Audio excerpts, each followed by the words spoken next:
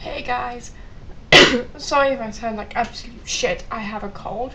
Right, today I'm going to talk about this area. I'm so sorry, first of all, I'm so sorry that I haven't updated for like 2 weeks, 3 weeks now, is it? I don't get much time to myself and,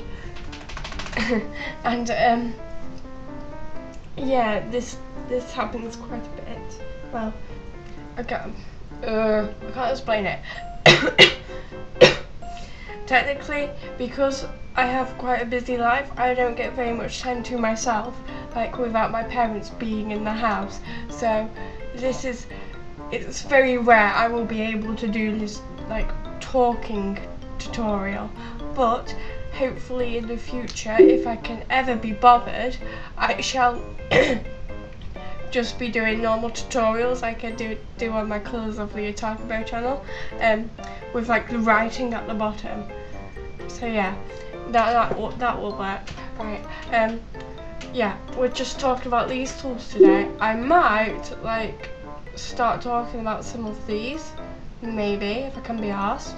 But yeah, this one, if I do a little doodle when opening a new thing. Do a little doodle like that. That one just moves it around, as you can tell. These are like selective, so like you get squares if you go on that, you get circles, and then there's these weird line ones where that happens and that happens. That looks really cool for some reason. These are really good for like colouring over and stuff. There's Lasso Tool, which is like kind of freehand doing it. It's quite hard, especially if you do not have quite a good hand, like you're not just you like that all the time and you're trying to draw a circle. So yeah. Then there's Polygon Lasso Tool, which most of you most likely use, where it's like whee. I use it a lot. Yeah. You gotta, if you want to make like a round circle thing, you just gotta be really neat, like so. Then there's Magnetic Lasso Tool, which is like if I open up a picture, and I will do that. That more or less like selects it like that. So yeah, it's not very good if you ask me, but it can come in handy, especially with transformations. Then next we're on to Quick Selection Tool. This is the one, this is like the tool that I use when I'm doing transformations. I have posted a video in the past, like talking about well, not talking, just like showing you the tools that I use. But yeah, it's very simple. It's quite hard to use sometimes, like you do need to like, it's best if you use your keyboard, because Alt makes it like be negative, so you can like deselect bits and stuff where we're not pressing Alt. If you have it on the little plus bit, it like adds on. And yeah, smiley face, dead smiley face. So yeah, that's pretty good. Then Magic Wand Tool, which is like just selecting areas and stuff. Again, on this picture, I'll just show you quickly what it does. It can make your colour overs like look quite not right, if that makes sense. It just doesn't work. Well, it works well, especially like places like this where it only has one shade. But I wouldn't recommend it, more or less. Next is the Crop Tool, which obviously crops things. Perspective Crop Tool, where you can like move it and crop it like that and look awesome. Slice Tool, I don't usually use these things, so I have no clue what they do. That apparently selects something, I don't know. It's made a little thing come up. There's the Eyedropper Tool, which is more or less, you know, making a new colour for whatever.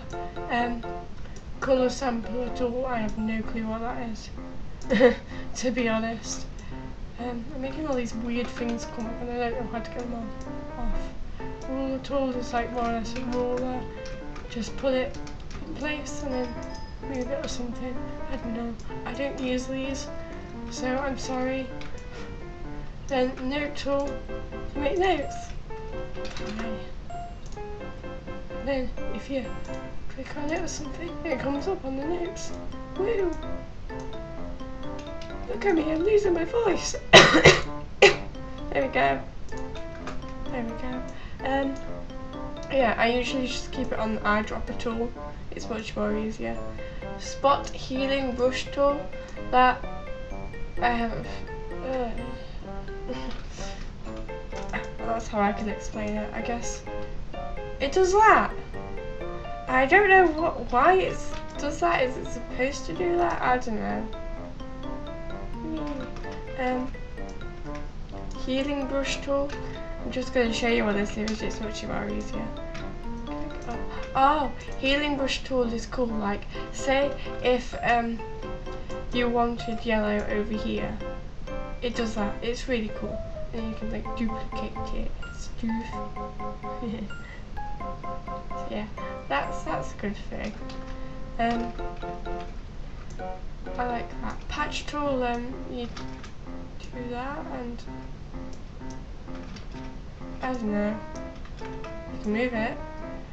Content aware move tool. Again, that just sort of like I don't know. Red eye tool, like more or less get some red things away. Technically, like you say that. Work. It just more or less grayscales any red or whatever it thinks is red. That's for like pictures and stuff. Where like, you know those pictures that you take and they have bright red eyes and they look demons. Yeah, that's more or less what this tool's for. So, taking its time. Meh. But yeah, you understand it. It's broke. There we go. Next we're on like the ordinary things. There's brush tool, which you all know what that does because we more or less talked about it last time. There's pencil tool, which is more or less like pixelated. So like, you know in Paint when you do a like picture and it's all pixelated, yeah, that's more or less what it is. There you go, penis for you guys. Color replacement tool is like this is okay for colour overs. I don't recommend it because I don't think it's very good. But yeah, if there's a certain colour, you can just go wee and then ta-da, it'll be done. But it is pretty scruffy and not very good. And like, if you've got it on bits where say you just want this colour and it starts to recolour that bit, yeah, it's not the best tool to be honest. Then mixer brush tool. That's more or less like a smudge tool, which we'll be talking about. Oh, makes pretty effects. Then there's clone stamp tool, which more or less is the same as healing brush tool. It does the same. You don't press Alt apparently. Oh, I'm on the wrong one. That's why. Yeah, press Alt and wee colour. So yeah. Then pattern stamp tool. I use this for my play. Look at that baby. Yeah. But yeah, it's pretty simple. I usually have mine on overlay. I grayscale it and then wee, I do that. And then like I choose my patterns.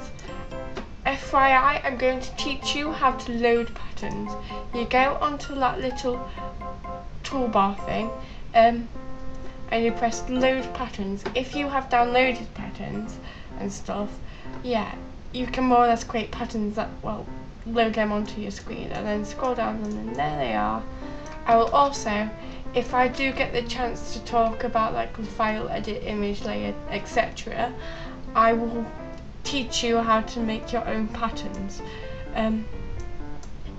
Then next is history brush art tool, which if it's saved with picture, you can more or less just like erase what you've done which you didn't like and then ta-da, it's back to normal.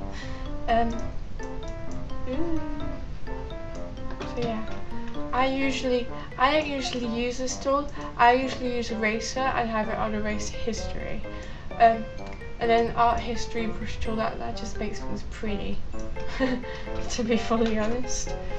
I have no, ooh, look at that shiny stuff. Ha!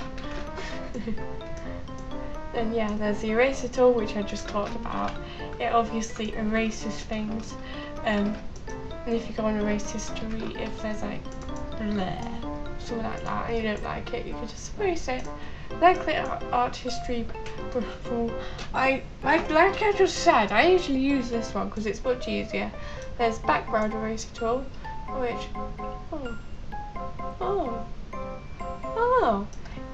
if you that's really cool. I've just learned something new.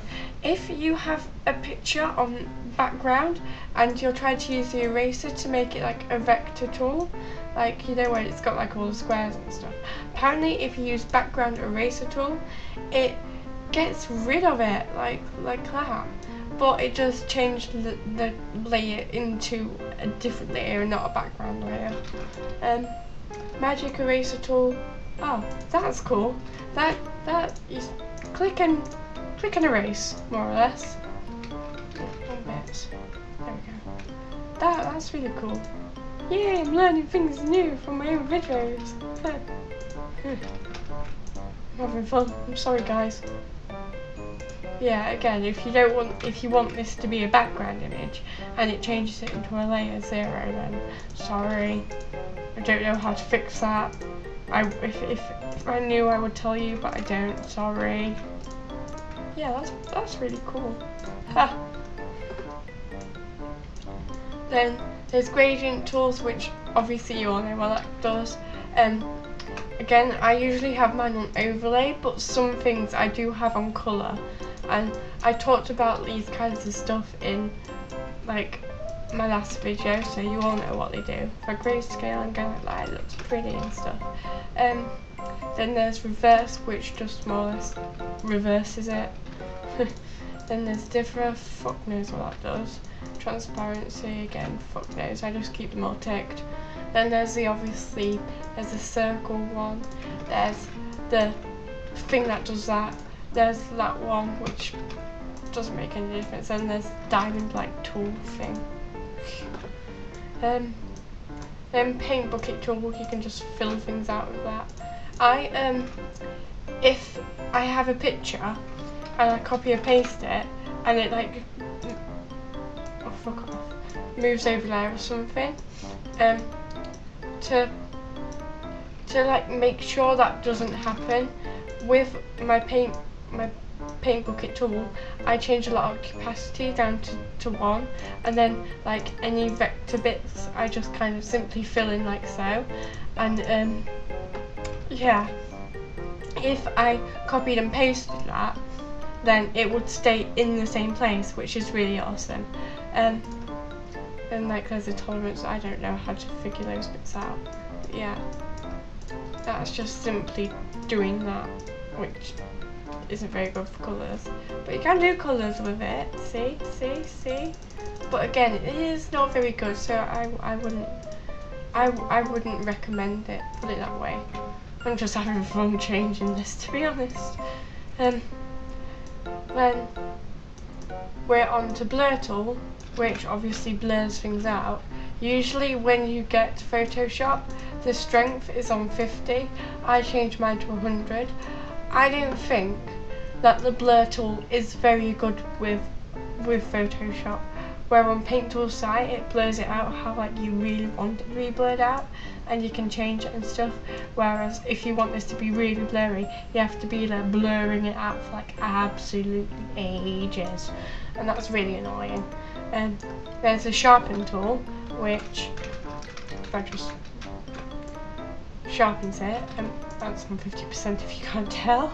But yeah, you go whoop, wait for it to load, whoop, whoop, work. If you can tell by me doing this, it is sharpening it, and that doesn't look very pretty. I don't know if Photoshop ever wants to load. I think I broke it. I definitely broke it. There we go. Then there's a smudge tool. I talked about this earlier. It just smudges things and it's really good. Some of my videos I have used this before, like when smudging the hair to make it all look pretty and like hair and not anime hair. That's what I use.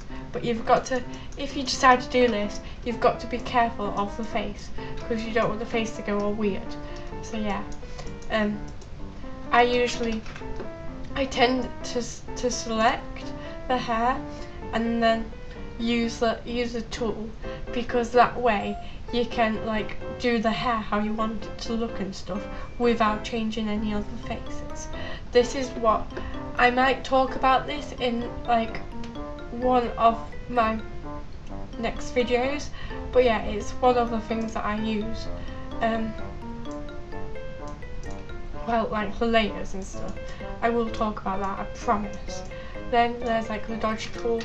Obviously you guys, well, newcomers to coloring, use this to like make darks and lights and stuff. I don't think these are very good. I would much rather use the hue saturation tool to make black and stuff. I use something different for white. I might talk about it, maybe. Sponge tool, I don't really know what sponge tool does. It doesn't do much, put it that way. It's just there. Then we're on to pen tool. I have talked about this in one of my past videos before. Oh, what the hell, I just moved it. But yeah, pen tool is really cool and it can make your recolors look really neat. See, if you click on every little point of her hair, then you can just go do this bit. You select them, you press Control, click on it, click on the line, and then just click there, Control and drag. That more or less makes it neat. But sometimes when doing it, like say if you're selecting a round face and you went like that to make it look like the face, you have got to do multiple ones to make it look right. I love using this tool. It's one of the best tools. But if you rush doing recolors, this does take up a lot of time. Freeform pen tool is more or less a set, like kind of like lasso tool, but just making like a pen thing. Yeah, it's not very good. Not as good as normal pen tool. Add another anchor point. I think that's like when using pen tool, and oh shit. Sorry about my language, by the way.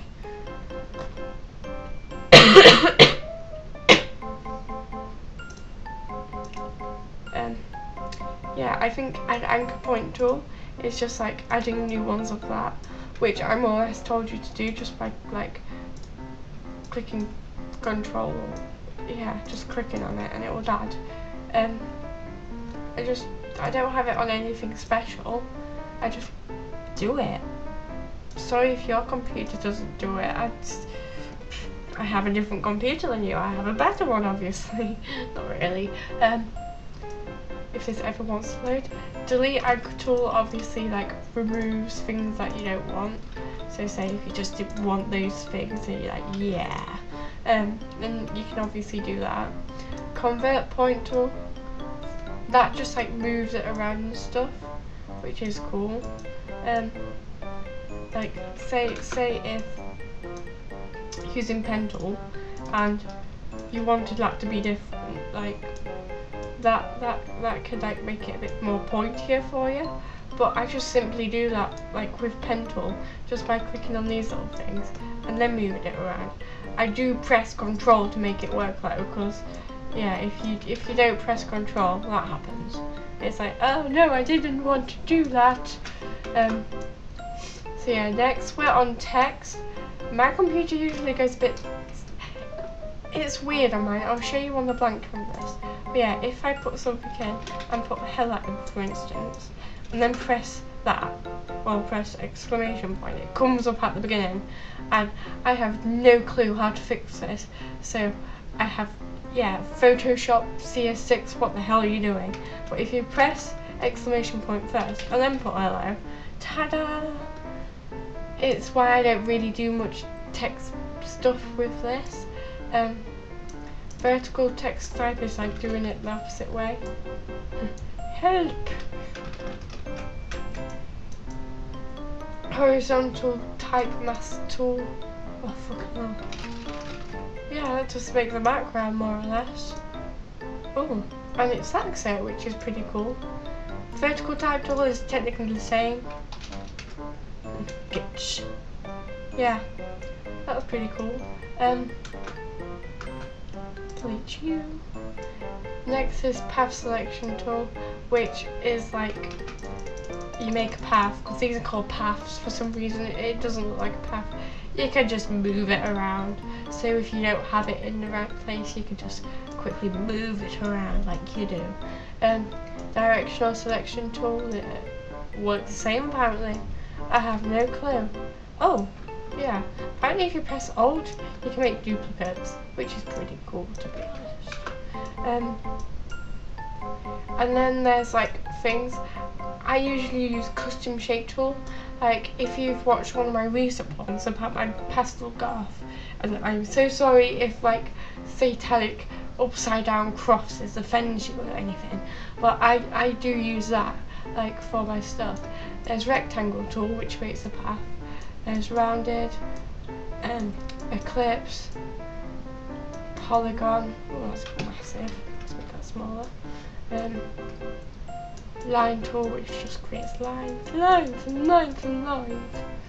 And then there's obviously custom shape, where you've got all of your shapes. And again, to load shapes, you just press load shapes. There are a lot of different shapes, so if only a few are shown for you, click all, and I guarantee that you'll have a lot more in there. But yeah, satanic shapes, so offensive. Then there's hand tool, which I think that kind of works the same as the first tool. I have no clue what the hand tool's for, to be honest. Oh, cool. Look at this, I can do this. I can rotate. Whoa, I found out how to rotate it. This is good for like if you're using a tablet and you're drawing with it, because like on Photoshop side, I'll just quickly show you now.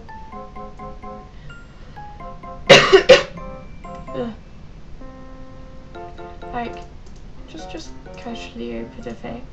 If you want to rotate this, there's like a fig there, you can just quickly go like that. Whereas if you're on Photoshop and you have no clue how to rotate it, I have just found out how to do it for you guys. You should thank me for that. Then like there's a zooming in thing. I don't use this. I use my navigator. I find it easier using my navigator, clicking in and moving it around. If you're selecting and you want to move it, if you're selecting and you want to move it around but you can't, what I tend to do is I press my space bar and then I can move it around. It's not very good, but it works. It's going opposite ways for some reason. Ooh. But yeah, okay, it's not zooming out. How I usually zoom out and zoom in and stuff as well, I use Alt and then I just use my scroll. If your scroll button is like broke, like mine was, I had an older mouse and stuff, and my scroll button, because I scroll too much apparently, broke on me. So I was in the shit, so it was like going bleh. I was like, ah. And yeah, then you've got the colours. If you click on that little button there, it changes it to black and white. That little button swaps it over. If you cannot be asked to use that kind of thing, just press X on your keyboard and it will simply do that. Then there's things just, that's a quick mask apparently. I don't get those kind of things, so I leave it. That's changing the screen. I've got a standard screen mode, but if I go full screen, Ta-da! It makes it full screen. You can't really see much with full screen. Then full screen mode, like proper full screen mode is that. Oh, that's a bit scary to be honest. So yeah, I just have it on my standard. Fuck off. Okay, sorry about my language. Hopefully I'll have enough time. If not, I'll make a part 2.